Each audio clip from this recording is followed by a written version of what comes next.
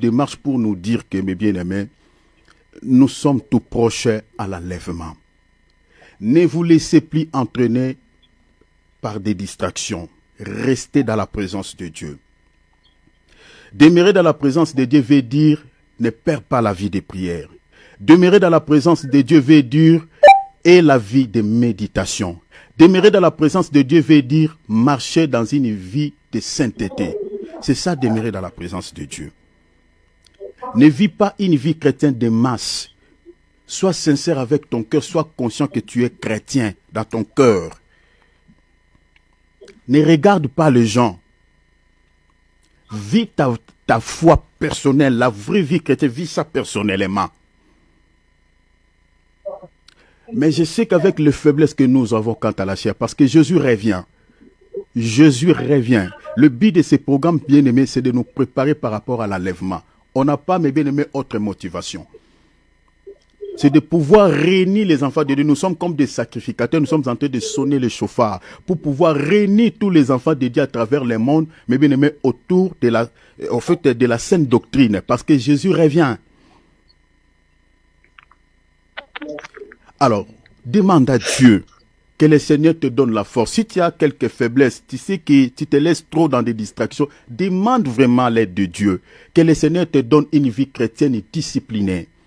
Que tu sois un chrétien qui s'est discipliné. Tu as des temps où tu peux prendre avec le Seigneur.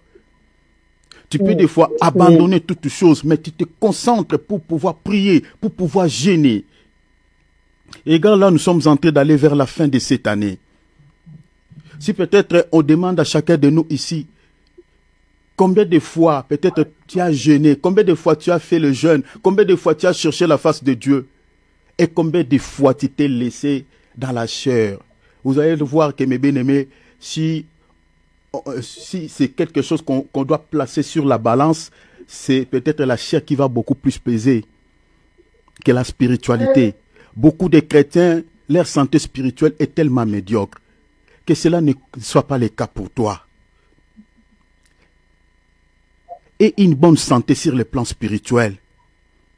Souvenez-vous, le Seigneur avait pesé quelqu'un dans la Bible. Il dit, Belzazar, je t'ai pesé, tu n'as pas de poids. C'est la chair qui pèse beaucoup. J'ai pesé, j'ai compté, j'ai pesé, j'ai divisé. Tu es disqualifié. Examine-toi. Ta santé spirituelle est en forme ou pas? Alors demande l'aide de Dieu. Si tel n'est pas le cas, demande l'aide de Dieu. Demande à Dieu. Demande s'il te plaît, je te demande. Demande à Dieu que le Seigneur te donne une vie de prière, une vie de méditation, une vie de la crainte de son nom. S'il vous plaît, le Seigneur revient. Le Seigneur revient. N'est pas la mauvaise culpabilité. Même si tu avais commis des délits, même si je ne sais pas tu avais fait quoi. Dieu est ton Père. Sois comme le fils prodigue. Il avait dépouillé son père de ses richesses. Il est allé dans un pays lointain. La Bible dit qu'il a vécu dans une vie d'impureté, dans une vie très très sale. Mais ce qui était bien avec cet enfant, il était conscient, il dit, si je reste ici, hein, vous savez, le pays lointain, c'est être loin de Dieu. Parce que quand on demeure dans le péché, là, on est loin. Donc, il a eu la conscience, ce monsieur s'est dit, non, je ne peux pas mourir ici. Je dois retourner vers mon père. S'il faut mourir, j'aimerais mourir dans la maison de mon père. Il est rentré avec plein de culpabilité. Il attendait peut-être que le père pouvait lui dire, je ne sais pas, peut-être les châtier, les maltraiter. Mais le père, c'était loin de cela. Le père dit, je ne peux même pas te traiter comme mes serviteurs. Tu resteras mon fils, tu resteras mon enfant. Le père, il a organisé même une fête en sa faveur. Il dit, enlevez les habits sales. Mettez-les les habits propres. Mettez-les les habits propres. Vous savez que l'habit dans la Bible parle des œuvres bonnes, parle aussi des œuvres impures. L'habit sale, c'est l'image de l'impureté. Le Père l'a sanctifié. On a enlevé l'habit sale. On l'a revêtu l'habit de fête. J'aimerais que ce soir, si tu étais dans l'impureté, tu étais revêtu d'un habit sale, que le Père, ton papa, t'enlève cet habit-là. Parce qu'il t'aime. Tu resteras son fils. Tu es le fruit de son entraille. Ne te loigne pas de Dieu. N'aie pas la mauvaise culpabilité comme Judas Iscariote. Parce qu'il arrive des fois, on se laisse entraîner par la chair. Alors demande la grâce, demande papa, aide-moi. Je vais demeurer, je vais vivre ma vie chrétienne. Je vais rester dans ta présence. Je vais avoir la vie de jeûne. Je vais avoir la vie de méditation. Je vais être vraiment un chrétien. Un chrétien, un vrai chrétien. Alors, demandons tous l'aide de Dieu. S'il vous plaît, prions, alléluia. Oh, papa, pied, sachant qu'il a paix des temps. Les diables sait qu'il a paix des temps. Ces temps, par rapport aux prophéties bibliques, sont calculés. Et comme nous sommes là, mes bien-aimés, le temps touche à sa fin. L'ennemi sait que son temps touche à sa fin. Sachant cela, et qu'est-ce qu'il fait? Il travaille, mes bien-aimés, arrache-pied. Il dégage son dernière énergie pour récupérer certains chrétiens qui échappent à son contrôle. La raison pour laquelle vous allez voir, même il y a des hommes de Dieu qui tombent, qui sont impliqués dans des histoires qui n'honorent pas Dieu. Il y a certains chrétiens, mes bien-aimés, qui commettent des péchés qu'on ne retrouve peut-être même pas chez le païen.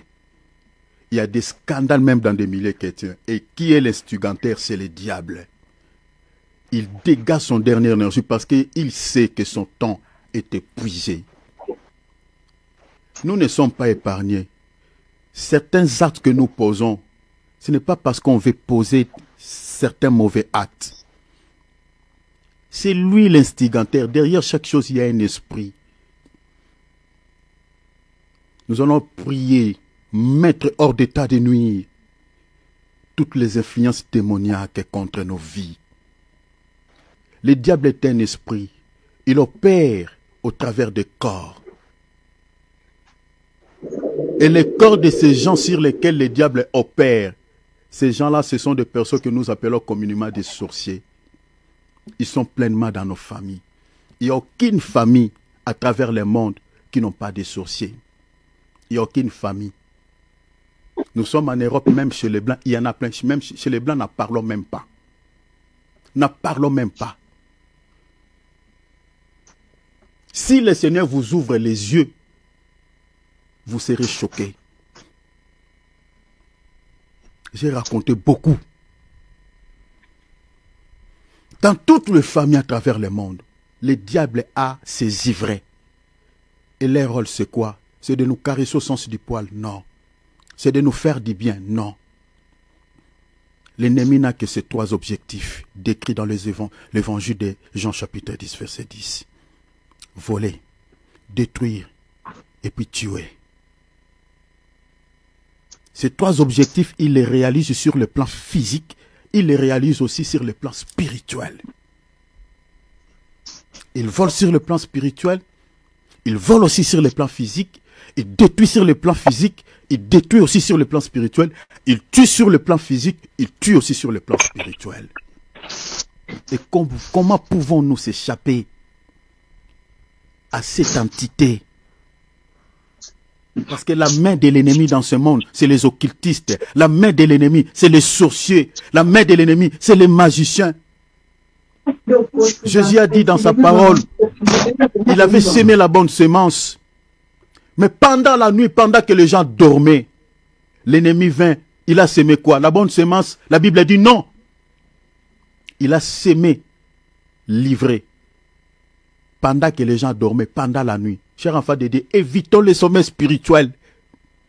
Parce que l'ennemi sème là où il y a le sommeil. Il sème là où il y a le sommeil. Il a sémé la mauvaise semence pendant que les gens dormaient. Et cette semence, c'était quoi? C'était ses enfants. Dans ce monde, nous avons des gens qui ont la nature maléfique de Satan, qui ne se repentiront jamais de leurs péchés. Ils iront en enfer. C'est Jésus qui a dit dans Matthieu 13. Et le rôle de ces gens-là, c'est de pouvoir influencer la bonne semence. C'est ça ce que Paul dit. Les mauvaises compagnies corrompent les bonnes mœurs. Lève-toi. Lève ta voix. Demande à Dieu que le Seigneur te délivre du mal, comme il a dit dans la prière de notre Père. Le Seigneur sait, il ne nous laissera pas en paix. Et nous avons besoin de la délivrance tous les jours quand on se présente devant Dieu. Seigneur, délivre-nous de celui-ci. Délivre-nous du malin. Délivre-nous des sorciers. Délivre-nous. Jésus a intercédé pour Pierre. Il dit, Pierre, j'ai intercédé pour toi parce que Satan veut te cribler. Bien-aimé, sans l'intercession, vous ne pouvez vaincre les diables. Vous ne pouvez vaincre les sorciers. Il faut prier. Jésus a intercédé pour Pierre. Parce que Satan voulait le faire du mal. Lève ta voix, intercède, menace, renverse tous les plans de l'ennemi contre ta vie. Déraciner tout ce qui a été sémé contre ta vie. Mettez-les hors d'état de nuit, relevons nos voix, ouvrons nos micros, prions, alléluia, paix. La parole de Dieu jamais ne passera. Non, non, non, non, jamais ne passera. La parole de Dieu, oh, jamais ne passera. Pourquoi s'attacher à ce qui passera? Venez en Jésus et vous aurez la vie. Pourquoi s'accrocher à ce qui passera? Venez en Jésus et vous aurez la vie. Acclamons le Seigneur, acclamons la parole. Alléluia. Alléluia. Alléluia. Que l'honneur et la gloire reviennent à notre Seigneur de gloire, à Jésus-Christ. Chers enfants de Dieu, faisons comme d'habitude, mettons nos micros en mode silencieux. Aujourd'hui, le prophète a eu un empêchement. Il est en train de faire une conférence à Abidjan. Donc, il finit cette conférence aujourd'hui. Donc, par la grâce de Dieu, si tout va bien, hein, parce qu'il a aussi d'autres engagements, ça et là. Donc, si tout va bien, il sera avec nous le samedi et le dimanche pour pouvoir continuer, voilà, son thème qu'il est en train de développer. Alors, donc, j'interviens du coup à sa place, mais pendant que j'étais en train de prier, le Seigneur m'avait mis à cœur de pouvoir partager avec nous ce soir sur ce thème que j'ai intitulé. Donc, c'est juste un point virgule. Hein. Donc, on n'a pas laissé notre thème que nous sommes en train d'aborder sur les faux prophètes et les fausses doctrines. Hein. Nous avons aussi un sous-thème que nous avions intitulé également le mode opératoire et les fausses doctrines. Donc, on n'a pas laissé ça. Donc, ça, c'est juste une brèche que j'ouvre pour pouvoir... parce que de temps en temps, ça sera comme ça, pour pouvoir partager quand même quelque chose avec nous, selon la recommandation du Seigneur. Alors, pendant que j'étais en train de prier, le Seigneur m'a mis vraiment à cœur de partager sur cette thématique que nous avions intitulée « Apprends à passer du temps dans la présence de Dieu plutôt qu'ailleurs ». Vous pouvez noter, hein, si vous avez les calepins, les stylos, notez cela parce qu'on veut partager quelque chose de très important. Bien aimé, je vous demande vraiment de pouvoir me suivre avec acuité, s'il vous plaît. Je demande votre attention. Ne faites rien, s'il vous plaît. Écoutez ce que nous sommes en train de partager ce soir, du début jusqu'à la fin. Apprends à passer du temps dans la présence de Dieu plutôt qu'ailleurs. Notre texte principal, c'est Psaume chapitre 84, verset 11. Ça, c'est le texte de base que nous allons utiliser. Il y a aussi d'autres textes que nous allons combiner pour pouvoir faire notre enseignement ou une prédication si vous voulez. Je lis, je suis dans Psaume chapitre 84, verset 11. La Bible dit ceci: un seul jour, souligné, un seul jour, dans le cours de ton temple, ou si vous voulez, dans tes parvis, comme il est dit dans la traduction Louis Sego, parce qu'ici je suis dans la traduction Parole de vie 2017. La Bible dit un seul jour, dans le cours de ton temple ou dans tes parvis, vaut mieux que 1000 jours passés ailleurs. Soulignez cela. Ça, c'est la partie A, il y a un point. La partie B, il explique la pensée de la partie A. Il dit, mon Dieu, ça c'est David qui dit, mon Dieu, j'aime mieux rester à la porte de ta maison. Hein, vous voyez l'explication que David donne ici, hein, indirectement. De la porte de la maison de Dieu, ici, c'est le parvis. C'est ça ce qu'il faut comprendre. Quand on lit bien aimé, il faut lire avec esprit, c'est très important. Mon Dieu, j'aime mieux rester à la porte de ta maison, c'est-à-dire les parvis. Si vous lisez Exode, je crois, chapitre 34, mais je vous donnerai quelques textes ici, vous allez comprendre. Non, qu'est-ce que j'ai dit? Je parle de l'Exode. Si vous lisez, par exemple, le livre de Lévitique, des Chroniques. Des Chroniques, attends, je vous cherche le passage, où vous allez voir tous les détails sont là. Donc, deux Chroniques, vous lisez des Chroniques, souffrez un peu, je vous trouve le passage. Donc, je vous trouve le passage où vous allez voir quelques détails. Hein? Vous allez comprendre ce que c'est les parvis. Lisez 1 Roi chapitre 7, verset 23 à 39. Et puis 2 Chroniques chapitre 4, verset 2 à 6. Je réitère pour ceux qui écrivent. 1 Roi chapitre 7e, verset 23 à 39. Et puis vous lisez 2 Chroniques chapitre 4, verset 2 à 6. Donc ces deux passages vous donnent les détails au sujet du parvis. Vous donnent les détails par rapport au parvis. Alors, la Bible dit ici, hein, parce qu'il faut comprendre que les tabernacles, les parvis se retrouvaient dans les tabernacles. Donc, c'est-à-dire, vous ne pouvez, parce que les tabernacles étaient, j'explique un tout petit peu rapidement, les tabernacles étaient subdivisés en 3 parties. La première partie, c'était le parvis, deuxième partie, c'était les lieux saints, et la troisième partie, c'était les lieux très saints.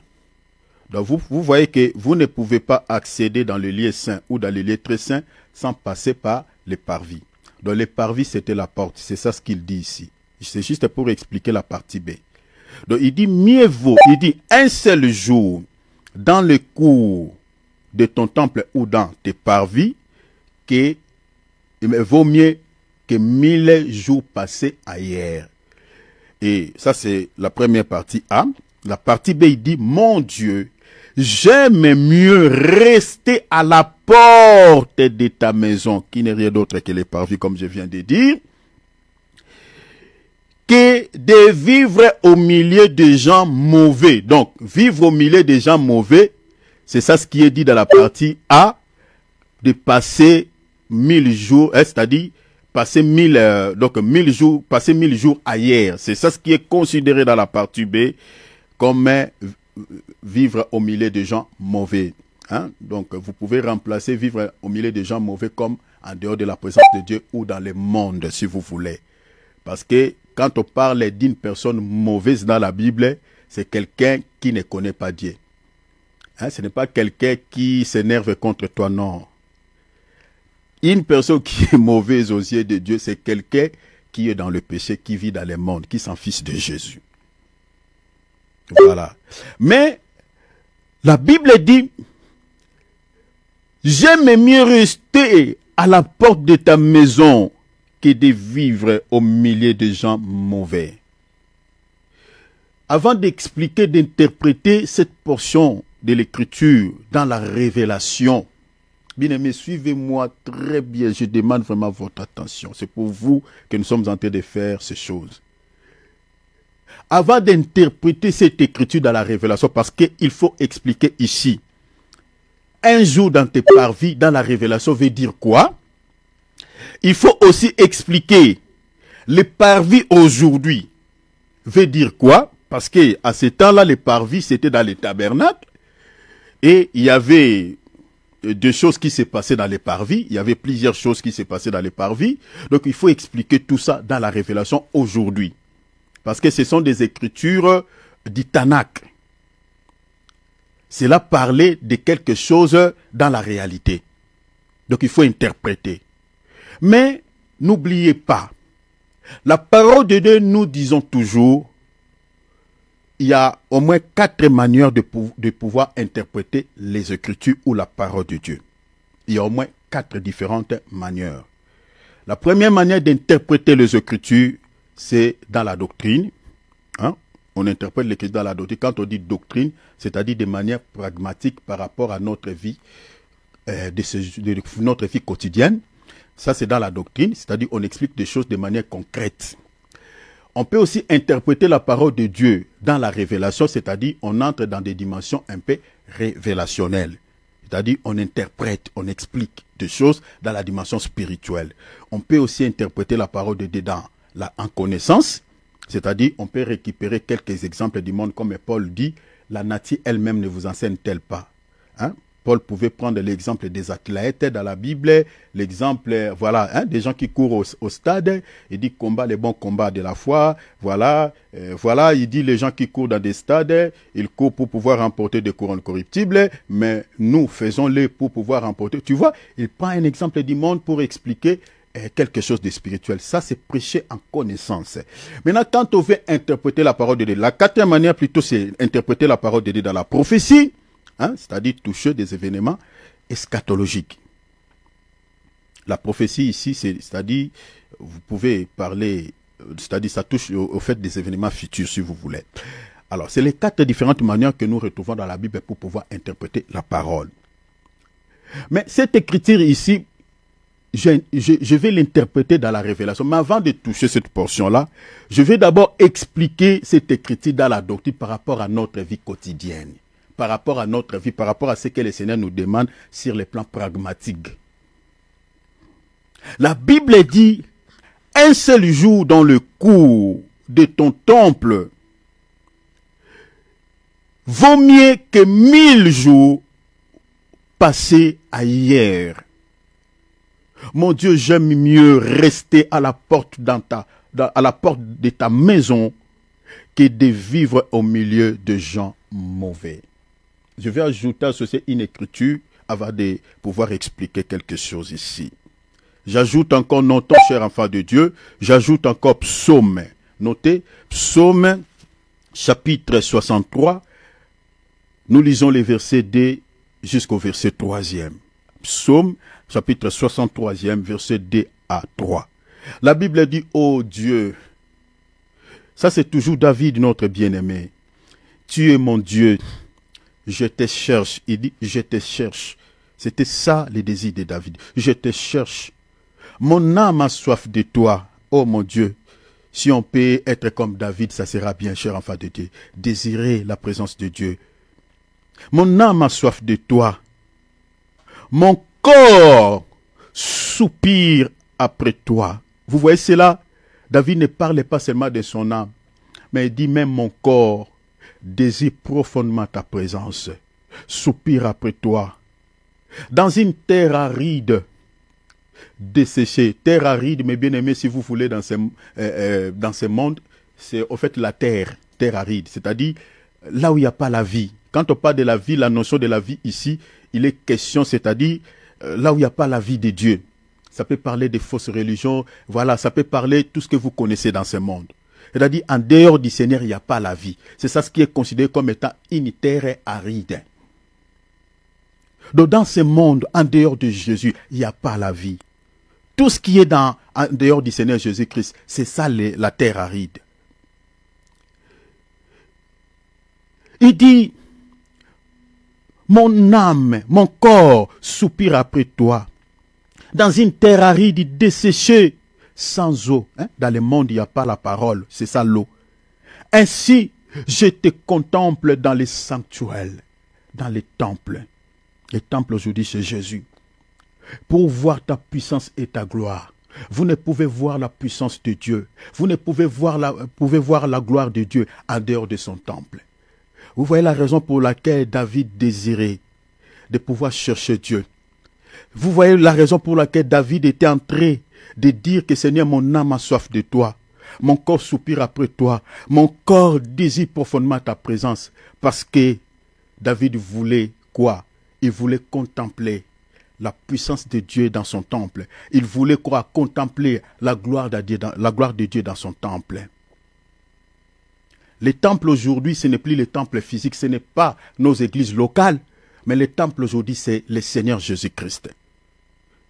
Parce que si vous lisez dans Jean chapitre 2, verset 21, Jésus dit, détruisez ce temple, à 3 jours je les rebâtirai. La Bible dit, il parlait du temple de son corps. Donc aujourd'hui, si tu veux vivre la puissance de Dieu, si tu veux vivre la gloire de Dieu dans ta vie, il faut demeurer seulement dans le Seigneur. Il faut se faire partie membre des corps de Christ. Ici, je parlais du temple spirituel qui est le corps mystique de Jésus-Christ. Si tu veux vivre la puissance de Dieu, si tu veux vivre la gloire de Dieu, vous savez qu'en Israël, quand la gloire de Dieu descendait pour pouvoir résoudre beaucoup de problèmes au milieu du peuple. Lisez bien, mes bien-aimés, les Écritures. À chaque fois quand la gloire de Dieu descendait, c'est pour pouvoir pallier à certaines situations qui étaient compliquées dans la vie des peuples. Ça descendait aussi bien évidemment pour pouvoir peut-être condamner, juger, mais c'était aussi pour faire du bien à son peuple. Pour faire du bien. Donc vous voyez la raison pour laquelle David est en train de dire, un seul jour, dans la présence de Dieu, dans tes parvis, parce que les parvis, c'est dans les tabernacles, c'est dans les temples. Je désire rester là. Attendez, je vais vous expliquer un tout petit peu ce qui s'est passé dans les parvis. Vous savez, dans les parvis, qu'est-ce qui était là-bas? Dans les parvis, il y avait l'autel des holocaustes. C'est-à-dire les lieux de sacrifice. Or, quand on parle du sacrifice, mes bien-aimés, on parle de l'adoration. Rappelez-vous d'Abraham. Lorsqu'il allait pour pouvoir offrir Isaac comme sacrifice, lorsqu'on lui a demandé, on dit Abraham, tu vas où? Il dit, je vais adorer. C'est-à-dire, mettre un animal sur l'autel, c'est ça l'adoration. Donc dans les parvis, il y avait l'autel des holocaustes. C'est-à-dire les parvis étaient tout un lieu de culte. Le lieu où le peuple se réunissait pour pouvoir adorer, pour pouvoir faire un culte. C'est ça ce que David est en train de dire ici. Je désire rester là dans ta présence. Je désire rester là dans tes parvis. Je désire, Seigneur, être là. Que 1000 jours passés ailleurs. Que 1000 jours passés ailleurs. Oh, cher enfant de Dieu, j'aimerais nous dire ici combien de chrétiens désires-tu la présence de Dieu dans leur vie? Chacun de nous ici, s'il est sincère, peut dire au jour d'aujourd'hui, il a pris combien de temps dans la présence de Dieu et combien de temps peut-être sur des distractions, sur des choses moins importantes. Vous savez qu'aujourd'hui, les réseaux sociaux sont à notre portée. Le diable, au fait, a mis cet outil en place. Ce n'est pas d'abord pour que nous puissions utiliser cet outil pour prêcher la parole, loin de là. Parce que si vous regardez les gens qui ont réalisé, qui ont créé cet outil, ce n'est pas des enfants de Dieu, c'est des Illuminati. Et vous savez que quand un agent des mondes des ténèbres réalise quelque chose, il y a une pensée machiavélique derrière cela. Et nous sommes sans ignorer ici, mes bien-aimés, si notre génération est détruite, mes bien-aimés, tel que nous sommes en train de voir aujourd'hui, c'est à cause de cet outil que nous appelons les réseaux sociaux. Les gens aujourd'hui passent des temps et des temps sur la toile, sur les réseaux sociaux, sur TikTok, sur Instagram, sur voilà, Facebook, YouTube. Les gens passent des temps et des temps. Il y a des gens qui font même toute la journée. Les gens aujourd'hui ne peuvent vivre sans les réseaux sociaux. Les gens ne peuvent vivre sans les réseaux sociaux.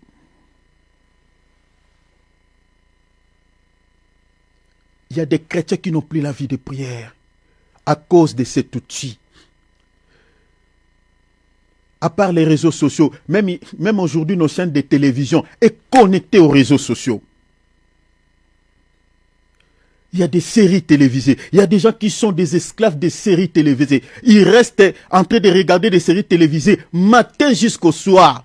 Les gens n'ont plus le temps de prier. Les gens n'ont plus le temps de passer un temps avec Dieu dans la prière. Les gens n'ont plus le temps de lire leur Bible. Il y a d'autres personnes même qui fuient des réunions du jour, qui ne fréquentent plus leurs assemblées locales à cause des réseaux sociaux, parce qu'ils veulent regarder les séries, ils veulent voir la suite de cette série, et des séries là ne terminent pas aussi, ça continue à toujours de continuité, c'est diabolique.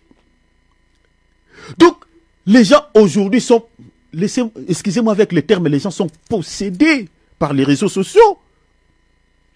Parce que je me rappelle, nous, quand on a commencé la vie chrétienne, parmi quelques leçons qu'on nous avait données à l'affermissement, on nous avait aussi expliqué par les anciens comment les gens, certaines personnes reçoivent des possessions démoniaques par la télé.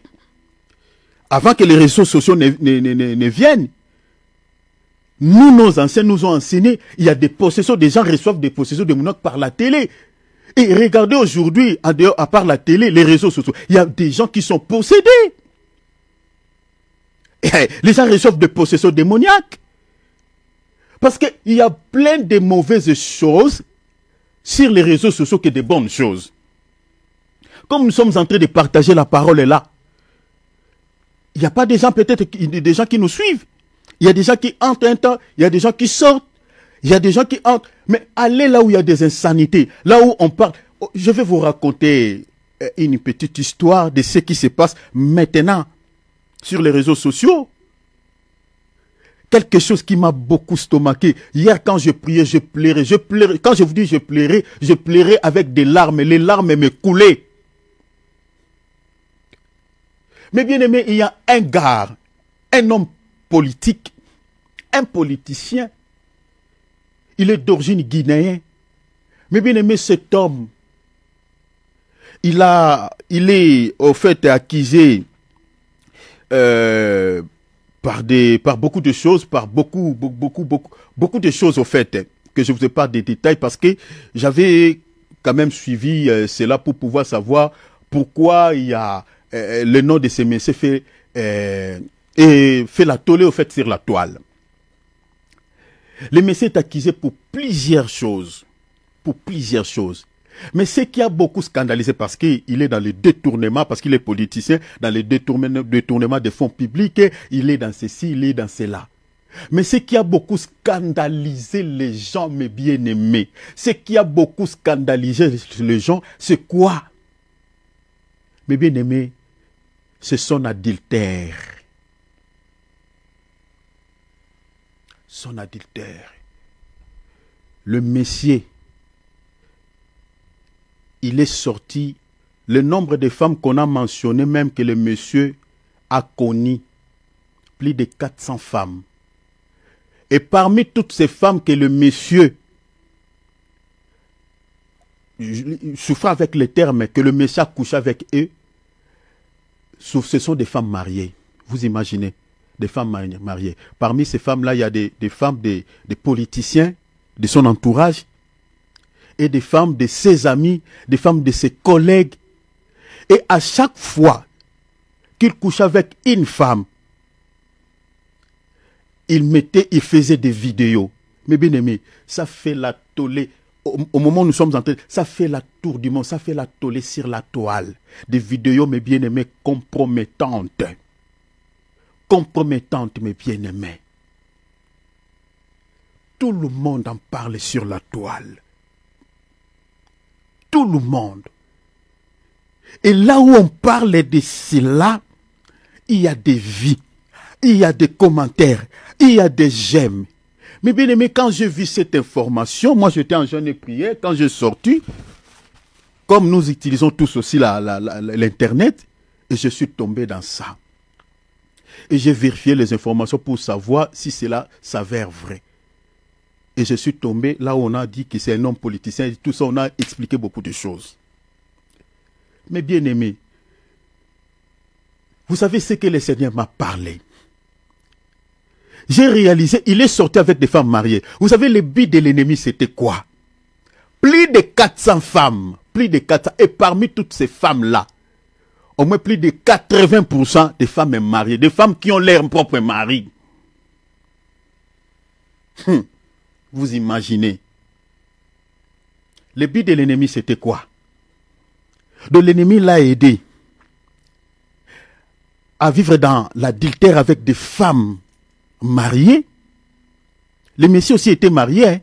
Donc il a trompé également sa femme. Il est marié avec une belle femme. Il a fait plus de 6 beaux enfants avec cette femme-là. Donc il a trompé sa femme.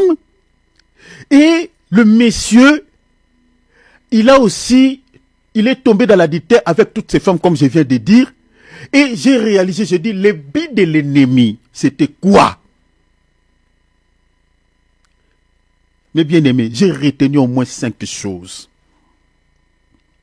L'ennemi voulait faire quoi? Parce qu'après avoir l'ennemi l'a utilisé, après il a répandu maintenant son mauvaise odeur à travers le monde. Et qu'est-ce que les gens retiennent dans tout ça? Les femmes sont des infidèles. Le diable, il a créé une sorte de méfiance dans les cœurs des hommes, de plusieurs hommes, parce que plus de 400 femmes que ce monsieur est sorti avec eux. Des femmes mariées, plus de 400. Et des preuves sont là. À chaque fois qu'il sortait avec une femme, il faisait une vidéo compromettante. Regardez quelqu'un, un homme politique qui a des moyens. Il est né dans une famille, tout ça. Ça, c'est ce qui est connu de lui. Mais il y a bien d'autres qui le font aussi, hein. Mais bien aimé, ça a choqué. L'ennemi, il a créé quelque chose. Il a utilisé ce monsieur comme un instrument entre ses mains pour pouvoir s'aimer quoi? La méfiance dans les cœurs des hommes envers leurs femmes mariées. La méfiance. Mais si cette femme, elle a fait ça avec cet homme, et moi maintenant ma femme, est-ce qu'elle est fidèle envers moi? C'est ça ce que l'ennemi a sémé. Parce que si vous regardez sur la toile, chaque personne interprète à sa manière. Mais ce n'est pas seulement les hommes, mais les femmes aussi. Parce que cette femme-là, la femme de ce monsieur, elle est aussi victime de la déterre de son mari. Donc il y a d'autres femmes aussi qui disent, bon, moi aussi mon mari, est-ce qu'il est fidèle envers moi? Est-ce qu'il ne fait pas comme ces messieurs? Est-ce que vous voyez ça? C'est ça en fait le souhait de l'ennemi. Il a créé une sorte de doute, une sorte, voilà, de suspicion, une sorte de méfiance dans le cœur de chaque conjoint vis-à-vis de l'autre. Donc il y a des hommes qui, voilà, qui commencent à se demander, est-ce que moi, ma femme, est-ce qu'elle ne fait pas comme les autres femmes là? Il y a aussi des femmes qui disent, est-ce que moi aussi mon mari ne me trompe-t-il pas? C'est ça le souhait de l'ennemi. Plus de 400 femmes mariées, plus de 400. L'information est sur la toile. C'est choquant, c'est horrible, c'est scandaleux. Et le souhait de l'ennemi, deuxième des choses, c'était quoi? De pouvoir s'aimer, créer des divorces dans plusieurs couples. Créer les divorces parce que cet événement choquant. Mais bien aimé, quand chaque homme va voir cette vidéo, des hommes qui ne supportent pas, parce que souvent les hommes ne supportent pas l'infidélité.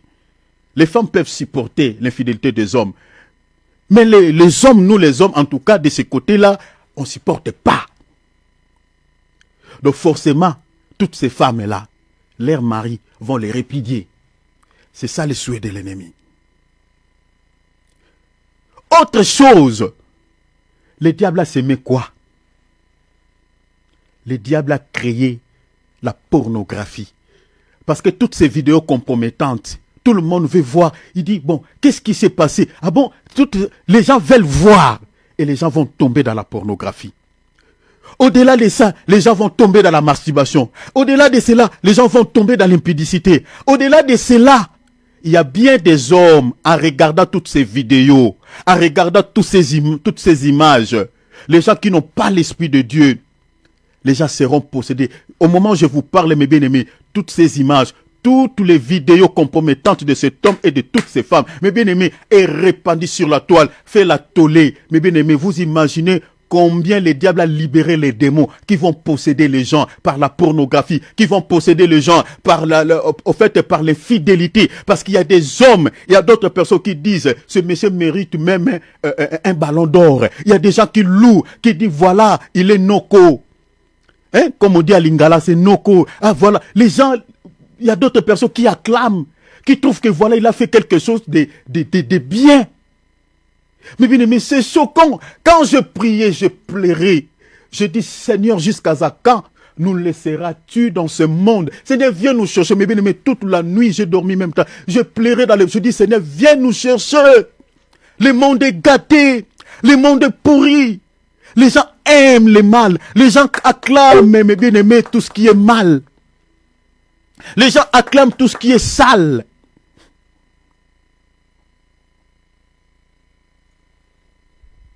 L'impureté. L'ennemi pousse les gens. Il y a certains hommes vont faire comme lui. Ah voilà, ils veulent faire aussi l'infidélité. Il y a d'autres femmes aussi qui vont tromper leur mari.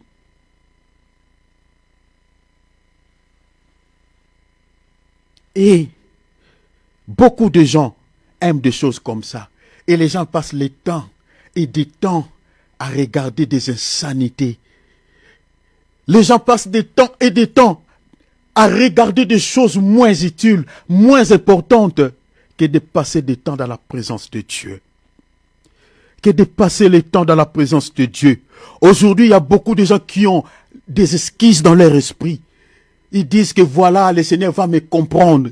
Je n'ai pas eu le temps de pouvoir prier parce que je travaille, parce que je fais ceci, parce que je fais ça. Il y a des gens qui croient comme ça, qui pensent comme ça, que le Seigneur va leur comprendre. Rappelez-vous de notre bien-aimée Marthe. Elle avait écrit comme nous aussi là. qui pensent que voilà, le Seigneur va nous comprendre. Voilà, parce que nous sommes, c'est le travail qui nous empêche. Voilà, parce que je fais ça, parce que cela m'empêche de pouvoir prier. On pensait aussi comme Marthe. Marthe disait, ne voulait pas rester dans la présence de Dieu pour écouter la parole. Il s'est donné aux soins domestiques, aux besoins domestiques. Et elle voulait même que sa sœur, qui avait désiré de rester dans la présence de Dieu, qui avait désiré de pouvoir écouter les bonnes choses, qui avait désiré de pouvoir rester au pied du Seigneur pour écouter la parole, pour écouter ce qui était primordial, qui était essentiel. Et Marthe voulait faire sortir sa sœur de la présence de Dieu pour pouvoir la suivre là où elle était, dans la chair. Elle est venue auprès du Seigneur, elle dit, Seigneur, cela ne te dit rien. Cela, tu ne t'inquiètes pas. Regarde, Marie, ma soeur, depuis que je suis ici, je suis seule. Est-ce qu'elle ne peut pas venir m'aider? Le Seigneur lui dit, Marthe, Marthe, tu t'inquiètes pour beaucoup de choses. Pour beaucoup de choses, comme moi et toi. On s'inquiète pour beaucoup de choses. Si on pouvait regarder ce qui est dans la pensée de chacun de nous ici. Chacun de nous allait dire, toi aussi tu raisonnes comme ça. Ah bon, je croyais que je suis seule, hein? Et toi aussi, tu as plein de dossiers comme ça. On s'inquiète pour beaucoup de choses. Beaucoup de choses. Nous sommes comme Marthe. Mais le Seigneur a dit, tu t'inquiètes pour beaucoup de choses. Mais qu'est-ce que le Seigneur a dit à Marthe? Il y a une seule chose qui est l'essentiel. Il n'y en a pas beaucoup. La majorité des choses qui nous inquiètent, ce ne sont pas des choses essentielles. Hein? La plupart des cas. Ce sont des choses de la terre, les choses de ce monde. Qu'un jour nous allons les laisser. Mais parmi toutes ces choses qui nous inquiètent, où est la part de Dieu? Où est ce qui est essentiel? Regardez, j'aimerais lire cela. Oh mon Dieu, je me laisse être guidé par le Seigneur. Parmi toutes ces choses qui nous inquiètent, regarde ce que Dieu dit à Marthe. Vous pouvez lire Luc chapitre 10, verset 38 jusqu'au verset 42. Mais je vais lire le verset directement 41. Le Seigneur lui répondit, Marthe, Marthe, tu t'inquiètes, tu t'agites pour beaucoup de choses, comme moi et toi. On s'agite. Lorsqu'il est question d'aller travailler, lorsqu'il est question de faire ceci, lorsqu'il est question, voilà, de toucher, je ne sais pas, faire tout ce qui touche la chair. Là, on est agité, on ne s'agite jamais pour les choses de Dieu. On ne s'agite jamais pour la prière. Longtemps, il y avait des chrétiens, lorsque tu viens leur rendre visite, ils t'accueillent d'abord par la prière. Mais aujourd'hui, cela a disparu. Dans nos maisons, ça a disparu. Les chrétiens sont devenus purement charnels. Voilà pourquoi nous avons pas mal de soucis dans nos vies. Parce que certaines personnes que nous recevons même dans nos vies, dans nos maisons, on ne connaît même pas leur état d'âme. On s'agite souvent pour ce qui est charnel. On s'agite souvent pour ce qui est de la chair. On n'est plus dans la présence de Dieu. On n'a plus la parole. On n'a plus la vie de prière. Il dit, tu t'inquiètes, tu t'agites, Marthe, pour beaucoup de choses. Mais le Seigneur lui dit dans le verset 42, une seule chose est nécessaire. Une seule chose est nécessaire. Et la chose qui était nécessaire, c'est ce que Marthe n'avait pas choisi, n'avait pas cherché. C'était quoi? Il dit, Marie a choisi la bonne part, qui ne lui sera jamais, qui ne lui sera point ôtée. La bonne part. Même si Marie, le Seigneur voulait dire à Marthe, même si Marie meurt aujourd'hui, cette chose-là restera avec elle jusqu'à l'éternité. Il dit, mais toi là, si tu décèdes aujourd'hui, c'est fini pour toi. Il n'y a plus d'espoir, il n'y a plus d'espérance, il n'y a plus rien. Mais Marie, elle a choisi la bonne part, qui ne lui sera jamais ôtée. Ça sera avec lui, ça restera avec elle jusqu'à l'éternité. Et cette chose-là, c'était quoi? C'était la parole. La Bible dit tout passera, mais la parole du Seigneur ne passera jamais. La parole de Dieu ne passera jamais. Mais bien aimé, c'est ça la bonne part. Désirer la parole, méditer la parole. C'est ça notre vie. Cette parole, mes bien-aimés, si tu meurs dans la parole, tu meurs dans la présence de Dieu, tu meurs dans la parole, dans la méditation, la parole de Dieu est en toi. Cette parole-là, c'est ça ce qui te sauvera. Si Christ te tarde à venir, c'est ça ce qui te permettra de se réveiller, de ressusciter parmi les morts. C'est ça ce que Jésus voulait dire à Marthe ici. Marie a choisi la bonne part, qui ne lui sera point ôtée. Même si elle meurt, cela restera avec elle jusqu'à l'éternité. Mais toi là, tu n'as rien. Bien-aimé, ce n'est pas notre travail qui nous sauvera. Ce n'est pas tout ce que nous sommes en train de faire quant à la chair, mais bien-aimé, qui sont essentiels, qui sont nécessaires aux yeux de Dieu. On donne beaucoup plus le temps aux choses, mes bien-aimés, passagères. On néglige ce qui est nécessaire. On néglige ce qui est l'essentiel. Nous avons toujours tendance que le Seigneur va me comprendre. Oui, parce que lui-même, il a dit dans sa parole, celui qui ne travaille pas ne mange pas. On a de tels versets. Le travail, ça c'est oui. Celui qui ne travaille pas ne mange pas. Oui, c'est Dieu qui a dit. Mais il faut qu'il y ait l'équilibre aussi sur le plan spirituel. Il faut aussi nourrir nos âmes. Il faut aussi nourrir nos esprits par la parole, par la prière. Si on n'a pas, on ne cherche pas ce qui est nécessaire. Si on ne fait pas comme notre sœur Marie, mes bien-aimés, si le Seigneur tarde à venir lorsque nous allons mourir, c'est fini pour nous. C'est fini. Tout ce que nous sommes en train de chercher dans ce monde, mes bien-aimés, nous allons partir avec ça nulle part. Nulle part. Nulle part. On peut acheter des maisons, on peut acheter des véhicules, on peut acheter tout ce qui est dans ce monde. Mais bien aimé, on ira avec cela nulle part. Et nous ne sommes pas les premiers à chercher toutes ces choses qui nous séparent de Dieu. Aujourd'hui, nous sommes séparés de Dieu. On n'est plus dans la présence de Dieu. On n'est plus dans la présence de Dieu. À cause de quoi, ma sœur, mon frère, qu'est-ce qui te sépare avec Dieu? Oh Jésus. Qu'est-ce qui te sépare avec Dieu? Qu'est-ce qui te sépare avec Dieu? Qu'est-ce qui t'empêche de rester dans la présence de Dieu? Qu'est-ce qui t'empêche de demeurer dans la présence de Dieu? Qu'est-ce qui t'empêche? Qu'est-ce qui t'empêche? Qu'est-ce qui t'empêche? Fais comme Marie. Cherchez ce qui est nécessaire. Qui sera avec toi même si tu meurs? Cela ne sera jamais enlevé. Cela restera avec toi, la parole. La présence de Dieu. La parole, c'est ça la présence de Dieu. La parole de Dieu, ce n'est pas quelque chose. La parole que nous sommes en train d'écouter, c'est Dieu dans l'homme. C'est la présence de Dieu. Parce que la Bible dit, au commencement était la parole. La parole était avec Dieu. Cette parole était Dieu, mes bien-aimés. La parole que nous sommes en train d'écouter, c'est Dieu. Si tu as la parole en toi, si tu aimes la parole, si tu désires méditer la parole, cette parole restera avec toi jusqu'à l'éternité. Marie était au pied du Seigneur pour écouter la parole. Jésus dit, ça c'est nécessaire, que ce que toi, Marthe, tu fais là. La parole est nécessaire, la parole est essentielle, est indispensable pour le salut éternel. On donne plus du poids à ce qui est futile.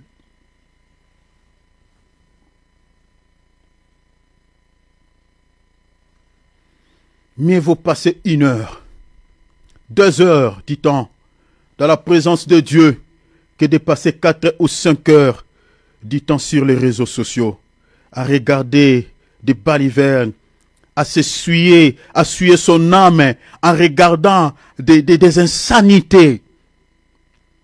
Nous consacrons plus de temps aujourd'hui sur la toile, nous consacrons aujourd'hui plus de temps sur des choses moins importantes que de rester dans la présence de Dieu. Aujourd'hui, beaucoup de chrétiens, pour pouvoir prier 1 heure, c'est tout un corvée. C'est difficile. 1 heure, c'est compliqué. Beaucoup de chrétiens ne jeûnent plus.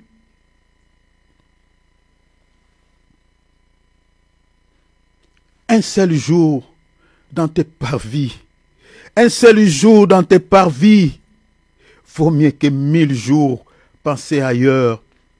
Toi, tu passes beaucoup plus de temps où? Dans la présence de Dieu ou ailleurs, ou là où il y a des gens mauvais. Ailleurs, ici, c'est-à-dire en dehors de la présence de Dieu. Quand tu es tout le temps sur les réseaux sociaux, c'est ça ailleurs. Quand tu es tout le temps, mes bien-aimés, dans tout ce qui est charnel, c'est ça être ailleurs.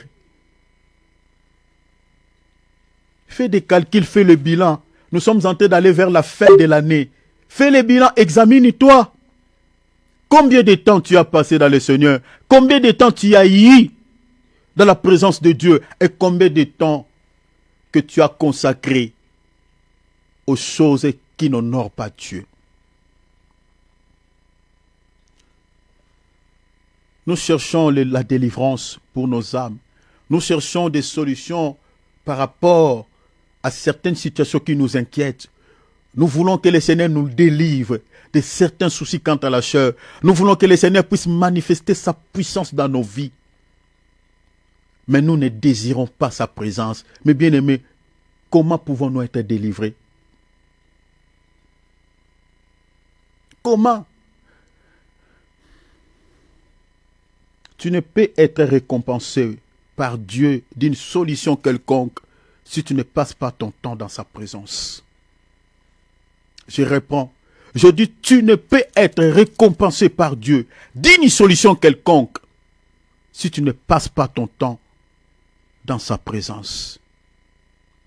Tout celui qui veut être récompensé par Dieu d'une solution quelconque, tu veux que le Seigneur puisse décanter cette situation. Tu veux que le Seigneur puisse t'assister. Tu veux que le Seigneur puisse intervenir par rapport à ta situation-là qui te fait pleurer, qui t'inquiète. Tu veux vivre la main de Dieu. Prends aussi le temps avec lui. Passe aussi du temps dans sa présence. Si tu ne passes pas le temps dans sa présence, si tu ne prends pas le temps avec le Seigneur, cher enfant de Dieu, la délivrance que tu es en train de chercher auprès de Dieu sera toujours loin de toi. Tu le salueras toujours de loin. Regardez, lisons une écriture. Lisons une écriture s'il vous plaît. Hébreux chapitre 11, verset 6e. Hébreux chapitre 11, verset 6. Or, personne ne peut plaire à Dieu sans la foi. Je ne suis pas là. Nous avons besoin de la foi. En effet, celui qui s'approche de Dieu doit quoi? On s'approche de Dieu dans la prière. Celui qui s'approche de Dieu doit croire que Dieu existe. Mais la partie qui m'intéresse, la dernière partie, et qu'il récompense ceux qui les cherchent. Et qu'il récompense, la Bible dit quoi? Ceux qui passent leur temps sur la toile. Non. Et qu'il récompense ceux qui font quoi? Ceux qui passent leur temps dans leur travail. Non. Il récompense ceux qui font quoi? Ceux qui passent leur temps dans des balivernes. Non. Jésus récompense tout celui qui cherche sa face, tout celui qui demeure dans sa présence. Mon frère, ma soeur, si tu veux être récompensé par Dieu, tu veux être libéré par rapport à ta situation, par rapport à la situation qui te fait pleurer nuit et jour, désirez la présence de Dieu dans ta vie. Désirez de rester, de demeurer, de passer du temps dans la présence de Dieu. Tu veux recevoir une solution. Tu veux recevoir la délivrance. Tu veux être guéri par rapport à ta maladie. Tu veux être libéré par rapport à ces soucis. Tu dois aussi changer ton attitude. Le temps que tu consacrais sur la toile, le temps que tu consacrais, je ne sais pas en quoi, commencez maintenant à donner plus de temps à Dieu, à consacrer plus le temps dans la présence de Dieu, si tu veux réellement recevoir une solution par rapport à ta situation.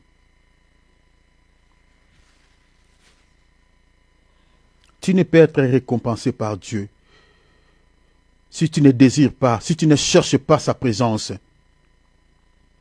Et les récompenses, ceux qui le cherchent, ceux qui passent leur temps dans sa présence et non ailleurs. Tu veux être béni. Tu veux avoir la paix du cœur. Tu veux avoir la joie.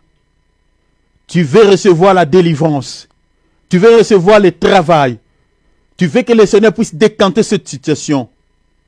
Il te demande une seule chose. Désirer sa présence. Restez dans sa présence. Prenez le temps avec lui. Regardez nos bien-aimés Paul. Dans Actes chapitre 16, verset 24 à 26. Ils étaient enchaînés. Ils étaient mis en prison. Ils étaient enfermés là. Liés les pieds. Mais bien aimés, l'apôtre Paul et Silas ne s'étaient pas laissés en train de parler ou de critiquer peut-être Pierre. Tu sais, bon, là nous sommes dans la prison. Tu sais, Pierre, ce qu'il m'a fait là. Ouf! L'apôtre là, je ne sais pas s'il est de Dieu. Hein. Pierre, il n'est pas bien. Hein. Parce qu'il y a d'autres personnes, ils sont dans la détresse. Hein. Au lieu de désirer la présence de Dieu, au lieu de chercher la face de Dieu, que le Seigneur puisse d'abord les relâcher de leur situation compliquée, eh bien, ils acceptent cette situation. Au fait, c'est l'état de certains chrétiens aujourd'hui. Certains chrétiens, ils vivent des situations très compliquées. Au lieu de désirer la présence de Dieu comme Paul et Silas, au lieu de chanter pour Dieu, au lieu de prier Dieu, eh bien, lui, il désire, il dit, bon, il commence à critiquer, il commence à, voilà, à se laisser dans des distractions inutiles. Et Paul et Silas aussi pouvaient, voilà, dire dans la prison, tu vois, moi, Pierre ne me convainc pas en tant qu'apôtre. Hein. Et l'autre là, ben, tu vois ce que Jean avait fait là, et tout ça. Non. Même dans la prison, ces deux serviteurs de Dieu, ils ont désiré la présence de Dieu, même dans la détresse. La Bible dit, ils priaient, ils chantaient, ils priaient, ils louaient Dieu. Mes bien-aimés, et comme ils étaient en train de prier, comme ils étaient en train de chanter, la gloire de Dieu, comme David a dit, est descendue. La puissance de Dieu est descendue. La Bible dit, il y a eu le tremblement des terres. Le fondement de la prison était ébranlé. La Bible dit, les liens qui les retenaient étaient rompus. Lisez bien, Acte 16, 24 à 26. Les liens n'étaient pas rompus pendant qu'ils étaient en train de critiquer. Les liens n'étaient pas rompus parce qu'ils étaient en train de se laisser dans la distraction, je ne sais pas quoi.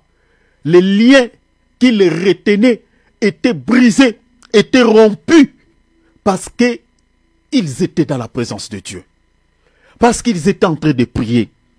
Parce qu'ils étaient en train de chercher Dieu, de louer Dieu. Ils étaient dans la présence de Dieu. Tu veux être libéré des liens de votre famille. Apprends à passer du temps dans la présence de Dieu. Tu veux être libéré des alliances de votre famille. Tu veux être libéré des liens, parce que les liens, c'est aussi, un lien, c'est aussi une prison, une forme de prison.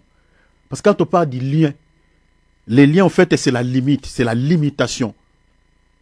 Remarquez, quand on met une corde sur un chien, les chiens là, sa vie dépend de ces cordes-là. Il n'ira pas trop loin. De tous les mouvements qu'il fait est limité par rapport à ces cordes, à cette corde.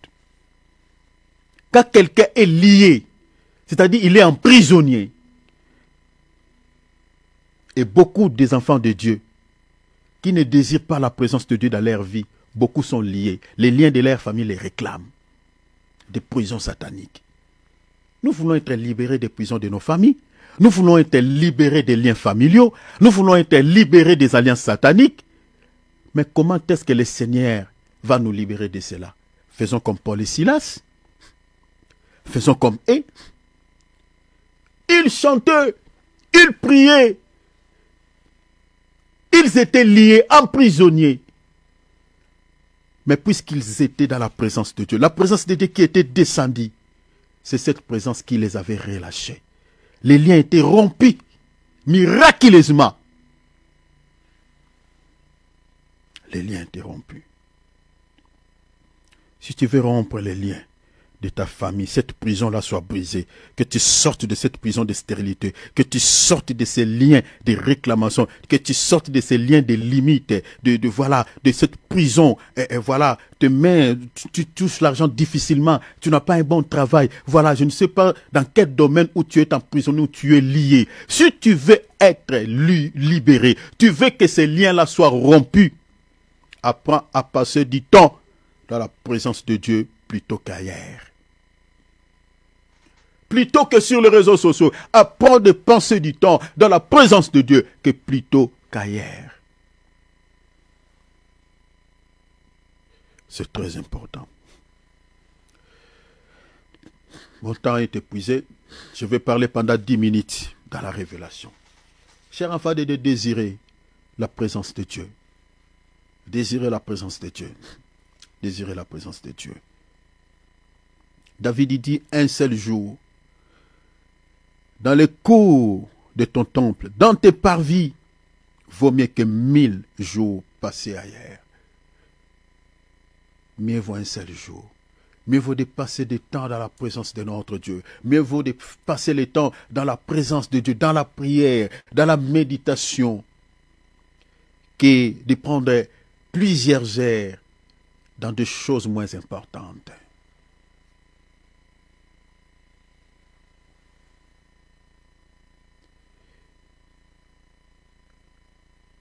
Ces passages dans la Révélation expliquent aussi beaucoup de choses. Je vais parler pendant 10 minutes, je crois qu'on ne va pas finir.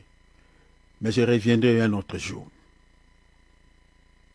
Comme je viens de dire ici, il faut comprendre quand on dit un seul jour dans tes parvis, qu'est-ce que cela veut dire dans la Révélation.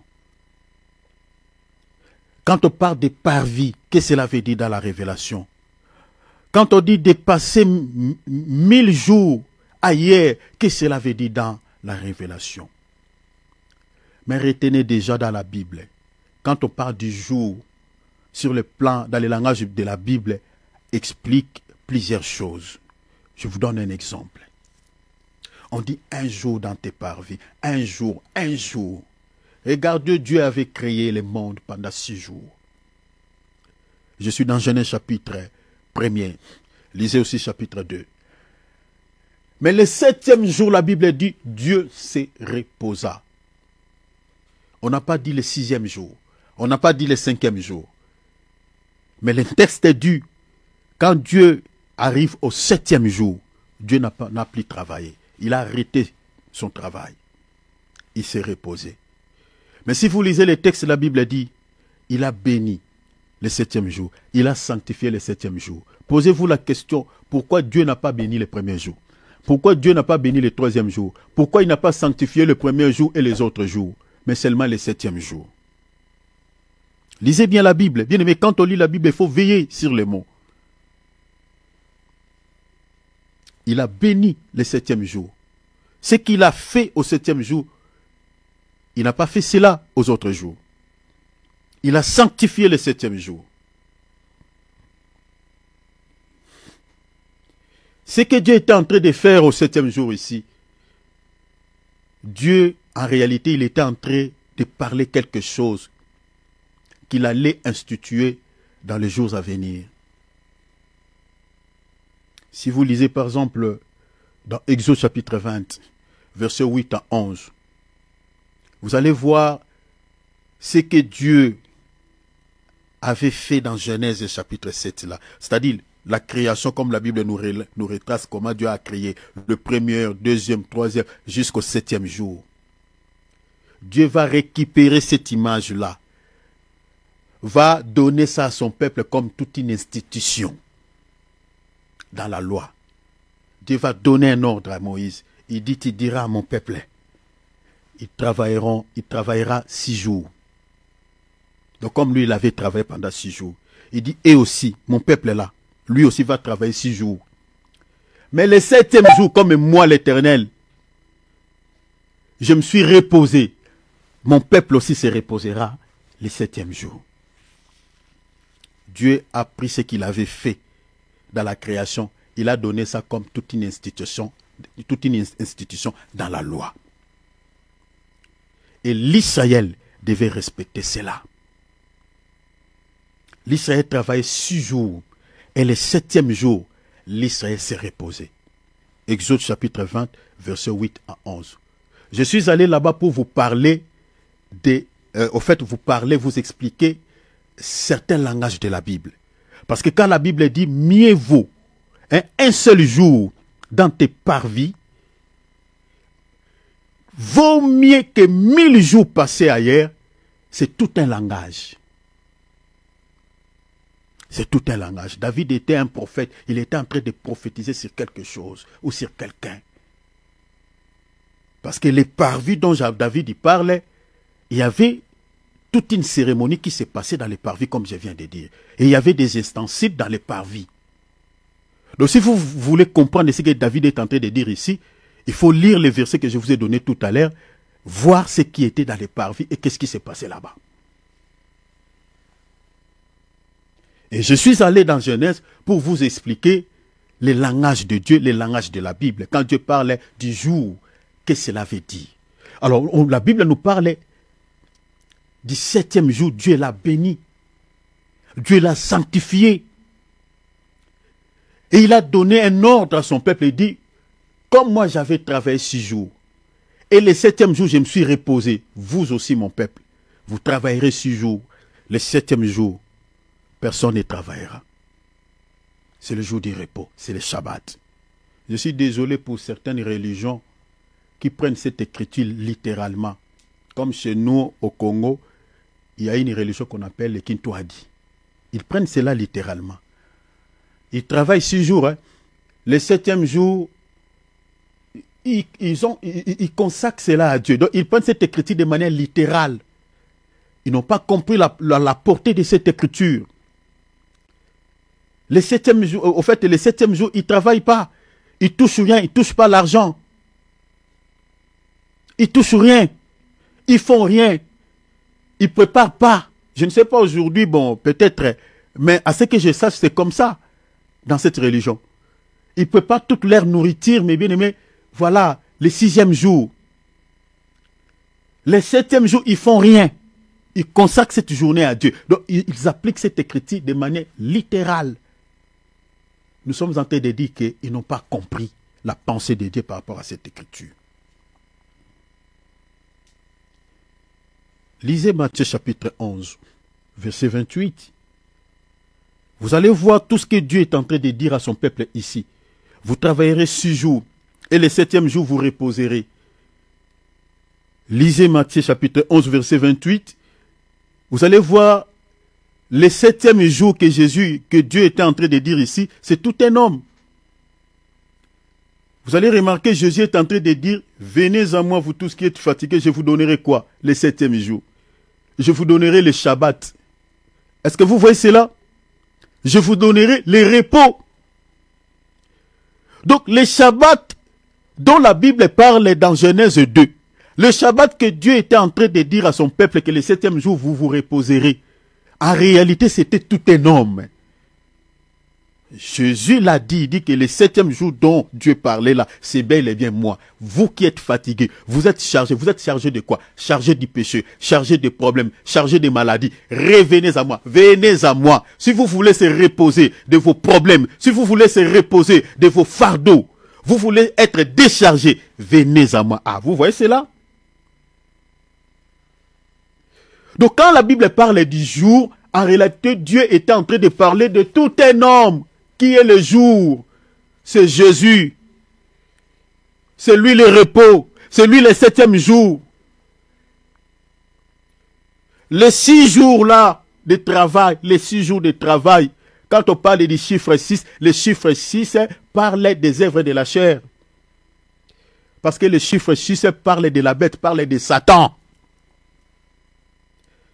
Donc tout celui qui est encore dans les péchés, il n'a jamais eu le repos de Dieu. Donc, il est dans le 6e jour. Il travaille toujours. Mais tout celui qui s'est déconnecté du monde, qui a abandonné le mal, qui a abandonné le péché, ah, celui-là, lui, il est déjà entré dans le repos. Le repos, c'est Jésus. Si tu es dans le Seigneur, tu ne peux plus travailler. Ici, je suis en train de dire, tu ne peux plus vivre dans le péché. Tu ne peux plus pratiquer les œuvres de la chair. Donc vous comprenez que quand on parle du jour, dans la Bible, on parle d'un homme. Alors quand David dit, mieux vaut un seul jour dans tes parvis. Un seul jour dans tes parvis. Nous voulons comprendre un seul jour, là, David dont parle. Il parlait de qui? Et pourquoi seulement dans tes parvis? Et dans la partie B, David il dit, mon Dieu, j'aime mieux rester à la porte de ta maison que de vivre au milieu de gens mauvais. Donc nous avons compris ici que les parvis, c'est la porte de la maison de Dieu. Donc si vous voulez entrer dans la maison de Dieu, la porte c'est où? La porte c'est les parvis. Or si vous lisez la Bible, la porte c'est tout un homme. Et vous voyez, lisez bien Jean chapitre 10, notez les versets. Hein. Jean 10 verset 9. Jésus dit quoi? Je suis la porte. Je suis la porte. Donc si vous voulez entrer dans la maison de Dieu, dans ce monde, vous voulez aller, parce que la maison de Dieu c'est le ciel. Ça c'est le ciel. La maison de Dieu dans un autre langage aussi explique quoi? L'église invisible. C'est ça la maison de Dieu. Et si vous voulez entrer dans cette maison, que j'explique l'église corps mystique de Jésus-Christ, la porte sur cette terre, ce n'est pas Bouddha, ce n'est pas Mahomet, ce n'est pas une autre religion, si ce n'est que le Seigneur Jésus-Christ. C'est Jésus qui est la porte des parvis, qui est le parvis, qui est le véritable parvis. Pourquoi je dis Jésus est la porte? Parce que c'est ça ce que David dit. Je désire entrer par cette porte, les parvis. Regardez dans les parvis, qu'est-ce qui était là? Il y avait l'autel des holocaustes. Là où on tuait les animaux. Là où on faisait les sacrifices. C'était dans le parvis. Qu'est-ce qui était dans les parvis? Il y avait aussi la cuve de rein. La cuve de rein servait à quoi?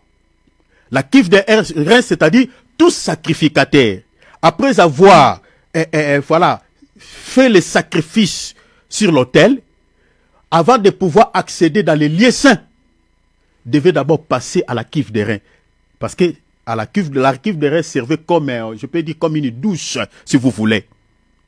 Donc il va aller là-bas se laver, enlever voilà quelques sangs, quelques saletés du sang des animaux qui sont collés sur leur corps. Donc c'est laver, enlever toutes les impuretés, toutes les saletés avant de pouvoir accéder dans les lieux saints. Il y avait aussi 10 bassins dans les parvis. 5 étaient au nord, 5 étaient au sud. Ces bassins-là, on remplissait d'eau pour pouvoir faire quoi? Pour pouvoir nettoyer tous les ustensiles, les instruments qu'on utilisait dans les parvis pour pouvoir égorger les animaux, pour pouvoir faire les sacrifices. Hein? Les couteaux, voilà tout ce que vous connaissez quand on coupe un animal. Des bassins, voilà tout ça. On nettoyait ça. Si on laisse ça avec des saletés là, c'était considéré aux yeux de Dieu comme l'impureté. Qu'est-ce qui s'est passé là-bas? Dans les parvis étaient considérés comme étant un lieu de culte, un lieu d'adoration. C'est là où on retrouvait tous les enfants d'Israël. Ils adoraient Dieu là-bas. Donc vous comprenez que, en un mot, si vous voulez comprendre, dans les parvis est considéré comme étant l'image de la croix de Golgotha, parce que c'est là où l'animal est tué. Est-ce que vous avez vu ça? C'est là où l'agneau est mort. Donc les parvis, c'est l'image de la terre. La première partie du tabernacle, c'est les parvis. Donc les parvis, au fait, les tabernacles, si vous voulez, c'est comme tout un homme. Je ne vais pas vous compliquer trop pour pouvoir vous expliquer certaines choses, mais retenez que les parvis, c'est l'image de la croix de Golgotha. Parce que c'est là où l'agneau est tué. C'est là où l'agneau, le sang de l'agneau est versé. Et qu'est-ce qu'on va faire avec ce sang? On va prendre ce sang et on va les transporter jusqu'au lieu très saint. Lisez Hébreux chapitre 13. Les lieux très saints, selon cette écriture que je vais de vous donner, est considéré en tant que le ciel. C'est là où Jésus est entré avec son propre sang. C'est ça ce que l'auteur aux épîtres aux Hébreux nous dit. Il est entré dans les lieux très saints, qui est plus grand que le lieu très saint que Moïse avait construit. Donc vous comprenez que vous ne pouvez accéder dans les lieux saints, dans les lieux très saints, si vous n'êtes pas passé au parvis. Le parvis, c'est la porte avant de pouvoir accéder dans les lieux saints. Le parvis, c'est là où il faut d'abord se purifier parce qu'il y a la cuve de rein, il y a des bassins qui sont là, qui sont remplis d'eau. Il faut se laver là-bas. Il faut se purifier là. Avant de pouvoir accéder dans les lieux saints. Les lieux saints, c'est l'image de l'église, corps invisible de Jésus-Christ. Vous ne pouvez jamais être contact que membre de cette église que j'explique, le corps mystique de Jésus-Christ qui est l'église invisible, si vous n'êtes pas lavé. Dans nos assemblées locales, là-bas, il y a des gens qui ne sont pas lavés. Il y a des impuretés. Nous sommes contacts que membres dans nos églises locales. Mais dans l'église invisible, dans les lieux saints, Dieu ne nous voit pas. Pour que tu sois compté, pour que Dieu te voie dans l'église corps mystique de Jésus-Christ, il faut que tu sois quelqu'un qui est passé dans les parvis. Là, il y a l'eau, il y a la cuve. Il faut se laver, il faut se laver là-bas.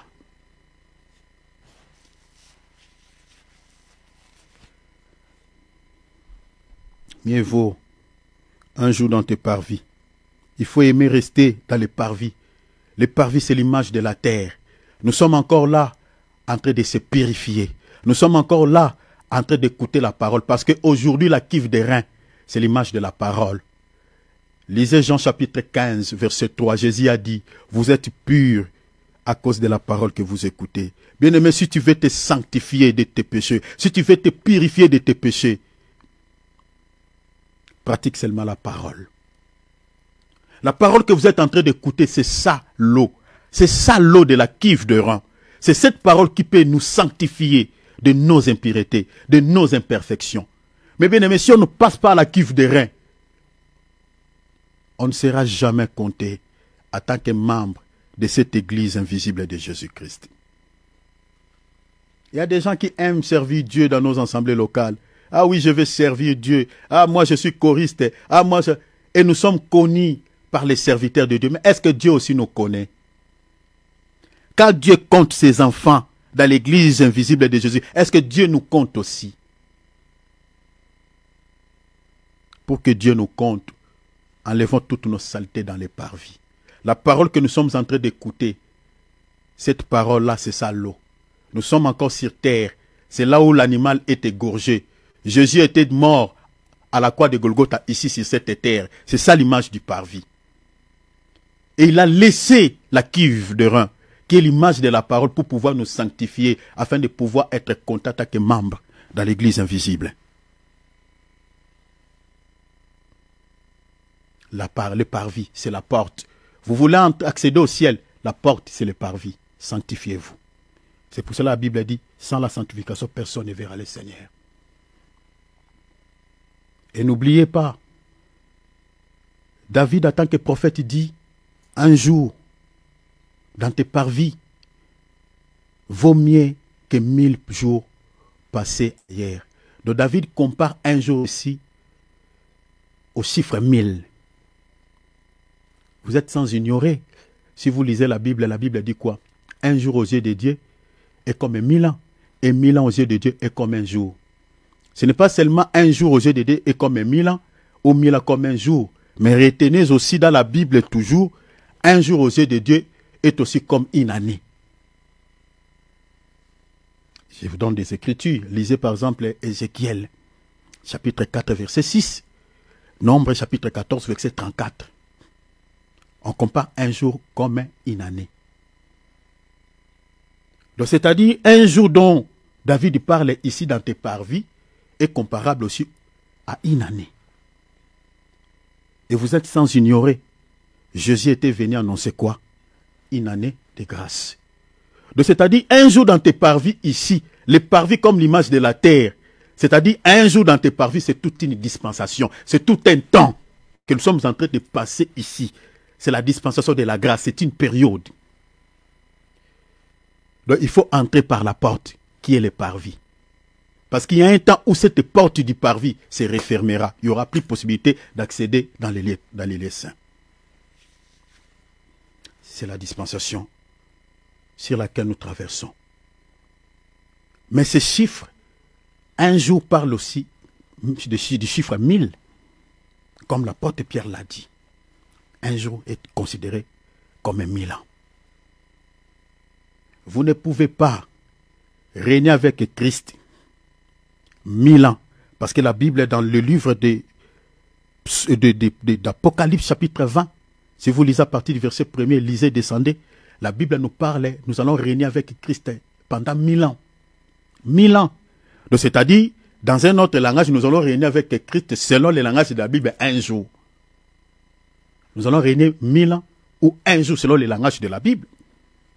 Mais pour pouvoir régner avec Christ, si vous voulez régner avec Christ, il faut passer par les parvis. Tout celui qui veut régner 1000 ans avec Christ, il faut passer par là. Et ça commence aujourd'hui. Ça commence aujourd'hui. Si vous espérez régner avec Jésus-Christ au règne millénaire, il faut que tu te retrouves aujourd'hui dans les parvis, dans les lieux de purification. Il faut que la parole te lave. Il faut que la parole te purifie. Si la parole ne te purifie pas, tu n'es pas passé à la cuve des reins. C'est compliqué pour que tu règnes avec Christ au règne millénium. Parce que toutes ces personnes-là qui régneront avec Christ au règne millénaire, ce sont des gens que Dieu aujourd'hui les retrouve dans les parvis, que j'explique dans les corps mystiques de Jésus-Christ, parce que c'est lui le véritable parvis, et l'eau, c'est sa parole qui nous purifie. Tu dois te retrouver là. Mon temps est épuisé. Cher enfant de Dieu, Jésus revient. Jésus revient. Maintenant, une vie qui plaît au Seigneur. Personne ne te condamne et personne ne te juge. Mais sois sincère avec Dieu. Comprenez que la vie de l'homme sur la terre est une vie éphémère. Une vie tellement très courte. Telle que nous sommes là, personne ne dépassera ça 50 ans. Personne. Et nous, tel que nous sommes là, que nous ne voulions pas, si le Seigneur tarde à venir, nous allons passer. Alors ne gâchez pas toute une éternité, mes bien-aimés, à cause des choses de ce monde. Ne les gâchez pas. La Bible a dit que sert-il à un homme de gagner le monde entier s'il perd son âme? Ne gâche pas ton éternité. Sois sincère avec toi-même. N'attendez pas qu'on te donne des paroles de connaissance, des prophéties, mon frère, parce que c'est ça ce que les gens aiment aujourd'hui. Ma sœur, mon frère, regarde ce que Dieu me dit, parce que les prophètes de notre temps ne voient pas aujourd'hui le péché dans la vie des gens.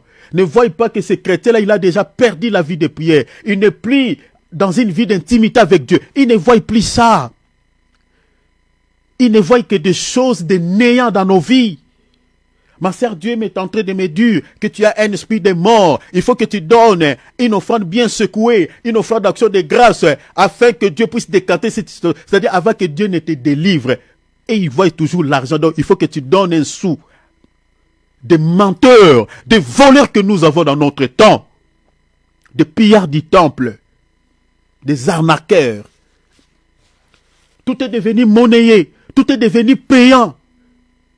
Les choses de Dieu sont devenues monnayées. Certaines églises sont devenues comme des boutiques. Tout est vendu là-bas. On vend l'huile. Où est les Écritures? Donnez-nous les Écritures où les apôtres vendaient des huiles dans des bouteilles. Il n'y en a pas. Il n'y en a pas.